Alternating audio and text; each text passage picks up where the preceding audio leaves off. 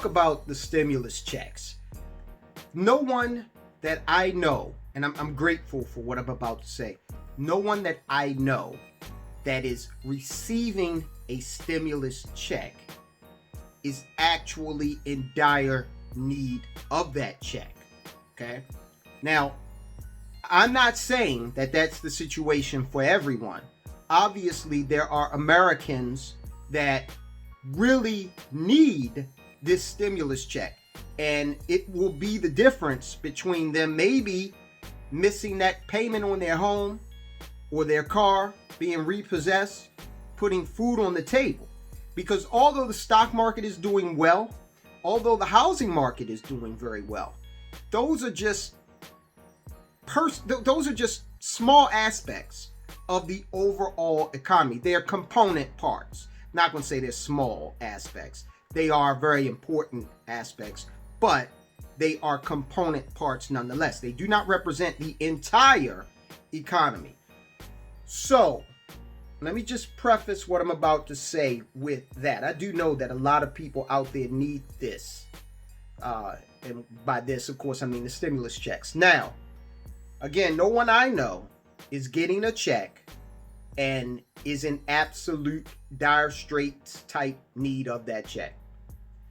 So, I have been encouraging people, if you are getting a stimulus check, because there's a lot of money that is going out there hitting the streets right now. If you're getting a stimulus check for you, maybe you're married, you got kids, so you're getting one for the spouse, and the kids are also getting money as well under their name, do the right thing. Don't get stimulus silly.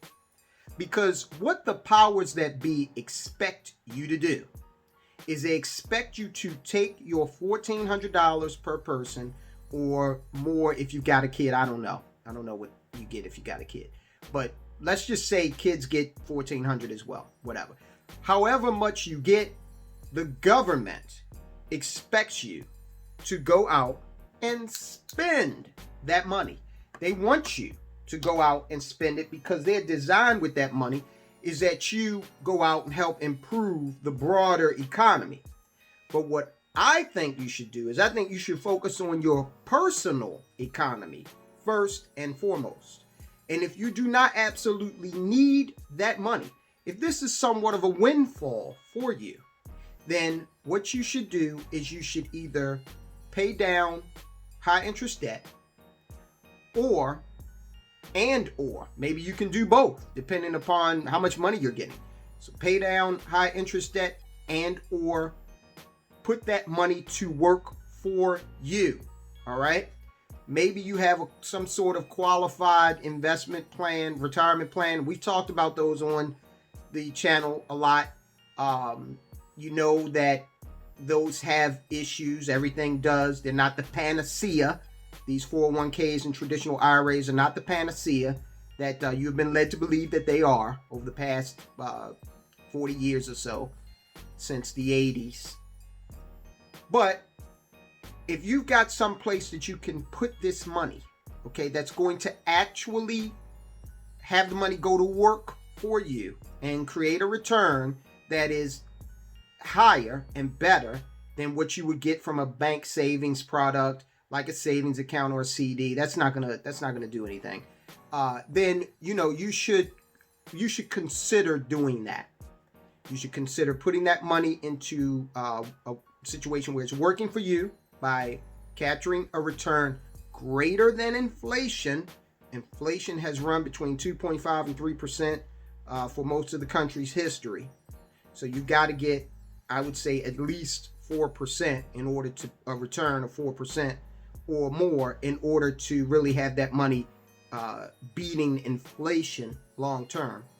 Or you go ahead and you examine your debts. If you've got that high interest credit card debt, then go ahead and pay that down. Because remember, that high interest credit card debt, if you are not paying that off every 30 days, it is making whatever you purchase with that card much more expensive. We have covered this subject extensively.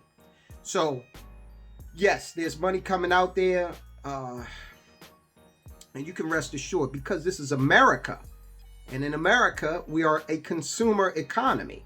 You can rest assured that a lot of people are going to get silly with this stimulus. They're going to go out, and 6 months from now, they're going to have no clue where that money went. If I was in charge of things, there would have been a prerequisite for you getting this money. It would have been that you would have had to take some sort of online class or something that would have said, look, if you do this with your money, what are you going to go out and buy $1,400 worth of stuff that's going to lose value? The affectations of wealth. I can see a lot of car dealers being very happy here in the next few weeks, because people are going to go out and they're going to use $1,400 to overextend themselves. They're going to use that $1,400 as leverage to get themselves in tens of thousands of dollars worth of debt with cars, credit card debt, and so on and so forth. So be smart. The government is not giving you a class on money management before you get this stimulus, because they don't want you to do the smart thing with it. They want you to put it back into the economy, okay? If you do that, it works for the government in several ways. First of all, whatever you go out there and buy is probably subject to sales taxes, depending on the state you live in. The second thing is, you've got to, unless you're ordering on Amazon, you've got to drive to wherever it is you want to buy something from.